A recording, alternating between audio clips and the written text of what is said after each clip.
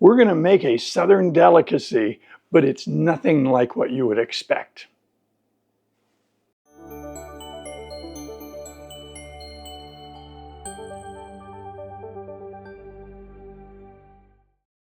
Hello and welcome. Welcome to Input English. Today's episode, we're going to make a Southern dish. Southern where? Southern US? No. It's an old family recipe, but whose family? Okay. So the dish actually comes from the south of India, and the family from which this recipe comes is actually the family of a friend of mine. And this recipe is as it was told to me. Now, I've made this many times based on instructions, and some of the ingredients I've sourced here that are a little different perhaps than what his family would have used, but that's okay. Also, I've made this recipe so many times that I've changed a few things based on preference, because having eaten it many times, then there's latitude to change it a little bit just based on personal preference. So here we are in the kitchen. Let's get started. So the name of the dish is Sambar Masala. Sambar Masala has some ingredients that work together as a symphony of flavors. One of the mainstays of this stew is a lentil called tur dal, and I have a cup of that here. But also, in league with the tur dal, I have red lentils. They work well together.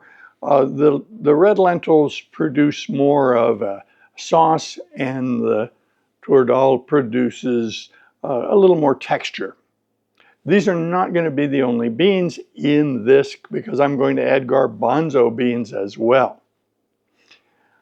The spices for this include Sambar Masala, which is a mixture of spices that you can buy commercially. They're different preparations. Today I'm going to use the Everest brand, but there are many brands of this, and they have a bunch of spices in them.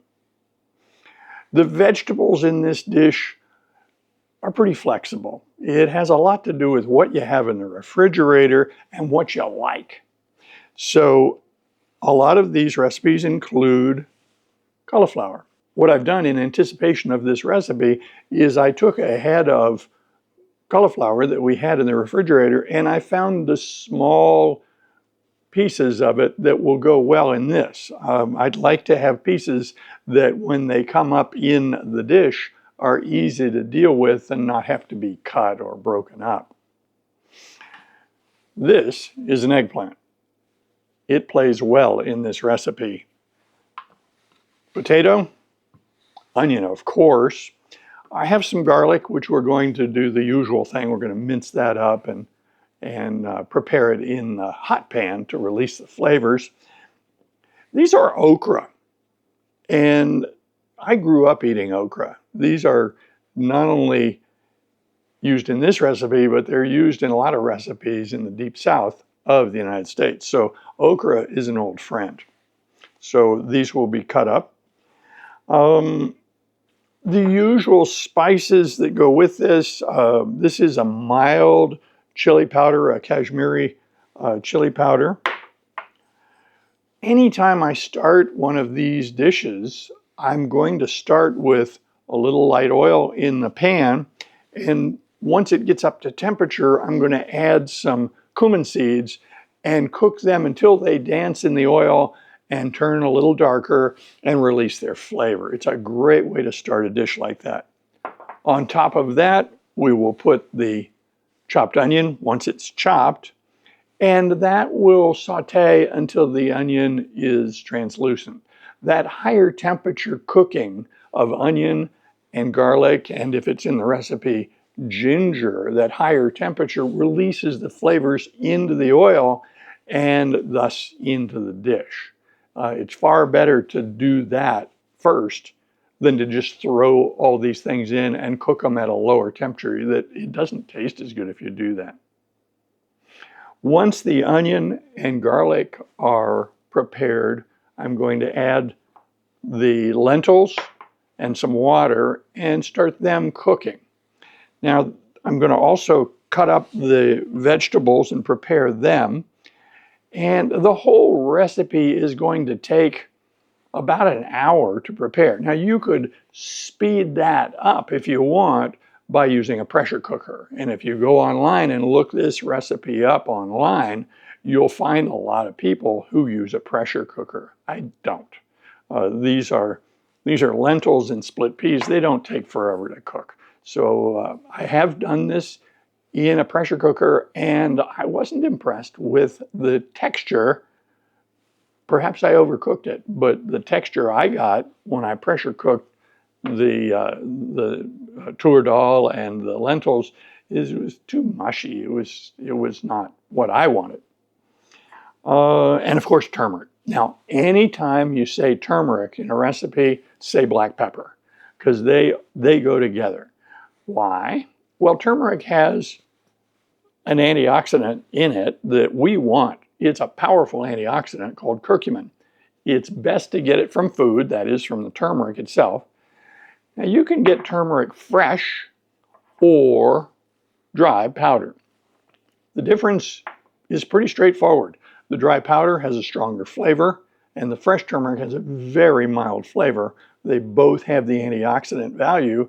They both have the same color, and they're both very good. Today I'm using the powder.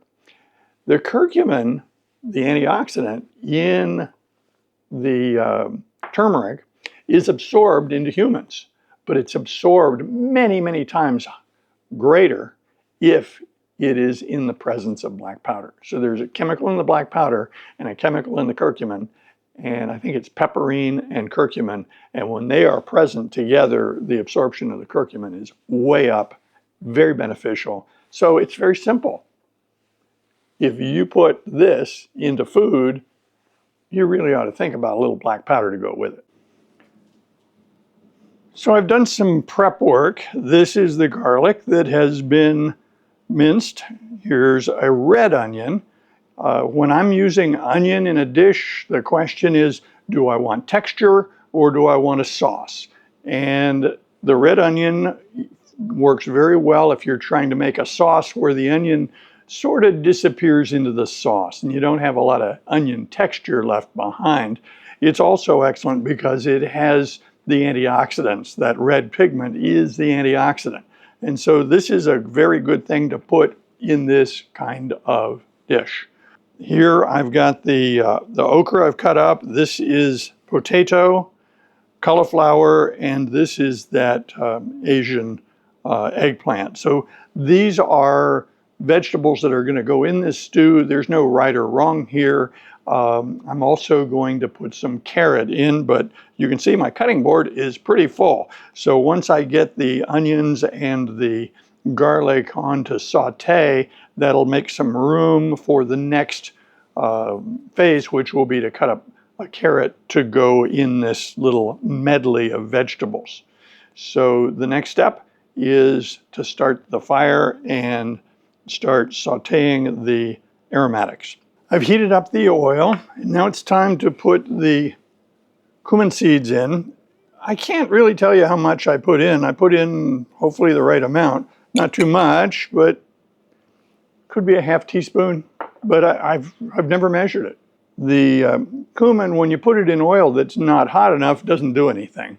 If the oil is a good temperature, it starts to move very quickly. It starts to kind of vibrate, and it quickly turns to a darker color, and it starts giving off of this wonderful smell.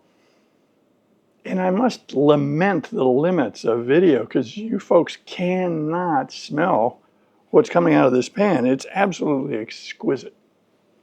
So the cumin seeds are dancing in the oil. The flavor's coming off. They're changing color. So we're on schedule. So the next ingredient is the chopped garlic. We don't want to burn the garlic. We want to make sure that it's not too hot. So anytime I put garlic in a pan, I usually turn the temperature down. I usually give garlic about a 1-minute head start on the onion. At this part of the cooking, the oil is as hot as it's going to be. And when I put in the onion, the temperature of the saute is going to drop. So I want to render the good flavors out of that garlic at this temperature. Okay.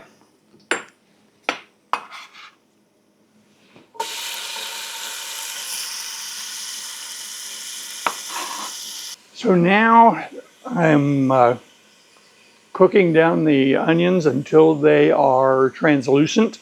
It'll take a few minutes, on the order of 5 to 7 minutes of stirring them occasionally at a lower temperature.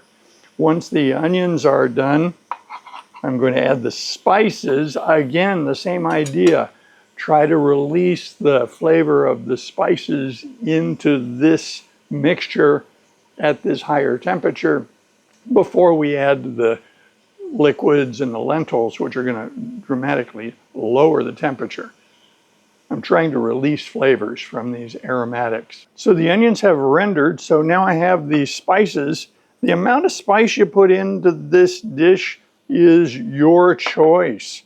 You can find recommendations all over the place. I'm not real heavy-handed with spices. You could criticize that I'm not putting enough spice in this. I'm okay with that criticism. I'm making this dish as best I can, but having made it many times, I like it made like this. So I have ground coriander, I have the Kashmiri chili powder, turmeric, and as I said, if I'm going to put turmeric into a dish, I'm also going to put some black pepper. That should be plenty. And then the spice mix, the Sambar Masala spice mix. So that's all together, and we're still at saute temperature. So these spices are getting sauteed in the oil at a higher temperature to release their flavors. We're going to add the liquid and then the lentils.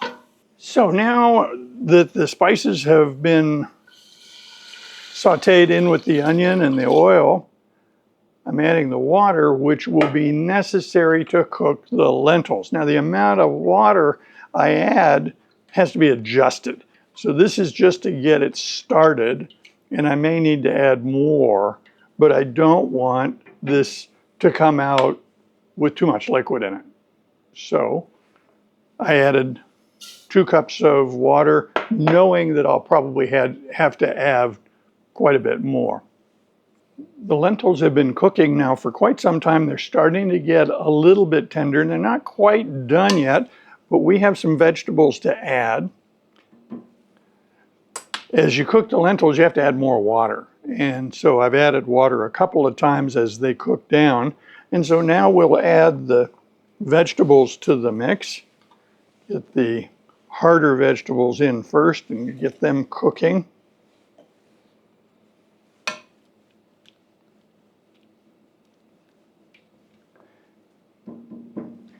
At this point, the finish line is when everything is tender.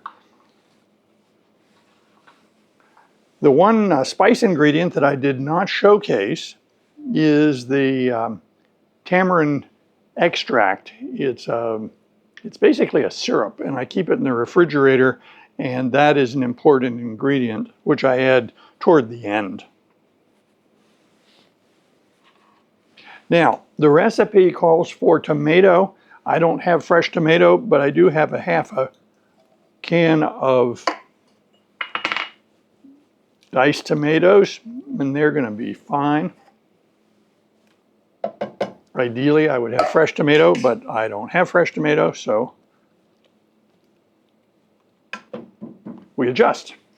And the other bean that's in this is garbanzos. So that's 1 can of garbanzo beans. to go in there. And of course, they're pre-cooked. The can of garbanzos is already cooked. So now I have the finished assembly, except for the tamarind extract, which I'll put in directly. Tamarind concentrate. It looks like molasses.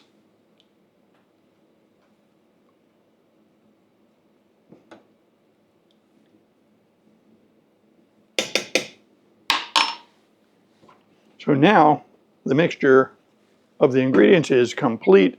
All we need is for it to cook till the vegetables and the lentils are all tender, and that'll probably be another 15 minutes or so. So I have finished cooking this. Its total cooking time is a little over an hour on the stovetop.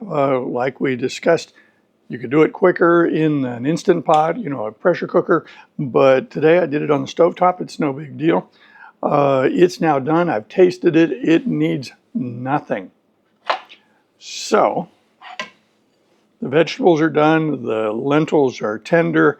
The red lentils, contribute greatly to the sauce, whereas the tur dal presents the texture as well as the sauce. So here's our final result. Now this would be served with rice, brown rice, quinoa. My plan is to serve it with the whole grain medley that I featured in another video. So this is a completed recipe. There are other ways of making this that are presented on the internet, and I encourage people to experiment. These ingredients are readily available, and this is a very delicious meal. So what have we done? Well, I made an old family recipe, not my family, but the family of a friend of mine. It's a southern recipe, but not southern United States. It's from the south of India. That's the end of this video. I hope you enjoyed it. We invite comments below, please. And I hope you join us in future videos. See you soon.